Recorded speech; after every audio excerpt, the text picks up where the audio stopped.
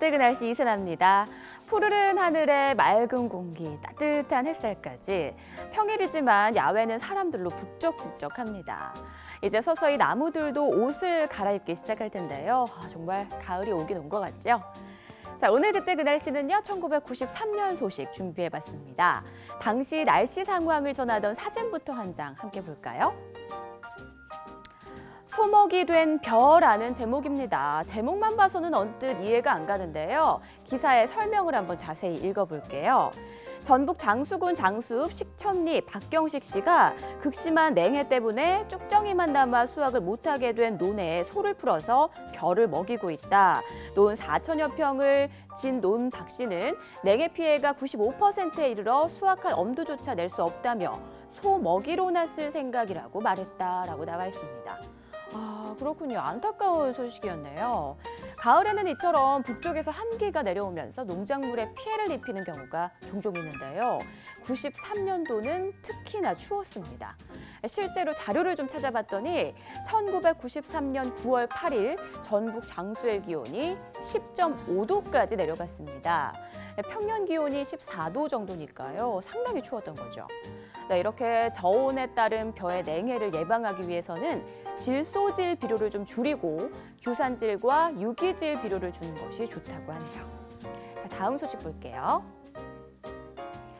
고입 체력장 안간힘이라는 제목입니다. 네, 고입 체력장, 저로서는 좀 생소한 말인데요. 아마 70년대 이전에 태어나신 분들은 맞아, 그런 게 있었어 라고 이야기하실 겁니다. 70년대는 중학교 입시, 고교 입시, 대입 시험 등 모든 과정이 시험이었죠.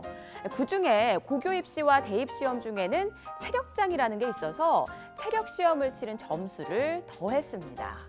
당시 체력장 점수는 기본 점수가 15점, 만점이 20점이었다고 하네요. 그러니까 이 5점 사이에 수십만 명의 수험생이 몰려 있었던 거죠. 그래서 기를 쓰고 체력장에 임했고 큰 시험에 앞서 학교 정규 과목에 체력장 대비 과목까지 있었다고 합니다. 어떠신가요? 지금 사진에 찍힌 이 여학생의 표정이 그 절실함을 말해주는 것 같죠? 네, 이때는 교육당국이 시험에 임하는 수험생들이 지력뿐 아니라 체력도 필요하다는 판단에 의해서 이런 시험을 치렀다고 하는데요. 이 제도는 서울을 기준으로 96년도에 폐지가 됐습니다. 자, 다음 지면 넘어가 보죠.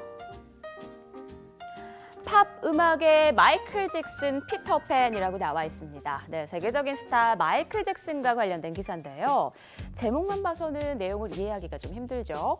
네, 지금 마이클 잭슨의 사진도 보여지고 있는데 설명을 한번 읽어보겠습니다. 자신의 집 마당에 서 있는 마이클 잭슨, 피터팬에 나오는 섬 이름을 따서 네버랜드라 부르는 넓이 1090제곱미터의 거대한 재택에 그는 디즈니랜드와도 같은 온갖 종류의 놀이기구를 갖춰놨다.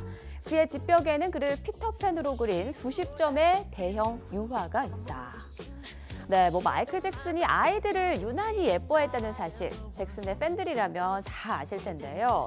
잭슨은 자신의 집을 이렇게 놀이동산처럼 꾸며서 아이들을 위한 공간으로 사용했습니다. 하지만 아동 성추행 혐의로 한동안 또 매스컴에 오르내리기도 했죠.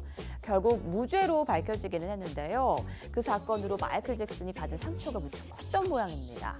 네버랜드를 그냥 방치하다시피 하고 숨지기 전까지 네버랜드가 아닌 로스앤젤레스에 있는 저택에 살았다고 하네요. 팝을 대표하는 시대의 아이콘으로 전 세계 수많은 팬을 보유하고 있는 대스타지만 앞의 사건을 비롯해서 또 많은 사람들이 그에게 상처를 주고 또 외롭게 만들었습니다. 지금 흘러나오고 있는 이 노래는 마이클 잭슨의 가장 유명한 곡 중 하나인 빌리진인데요. 이 곡도 마이클 잭슨의 아이를 낳았다고 주장하는 한 여성의 이야기를 반박하는 내용을 담고 있습니다. 이제는 그의 트레이드마크인 문워크나 린댄스 등을 실제로 볼 수는 없지만 잭슨이 남겨준 음악과 또 그의 열정만은 앞으로도 영원히 남을 것 같습니다. 지금까지 그때 그 날씨의 이세나였습니다.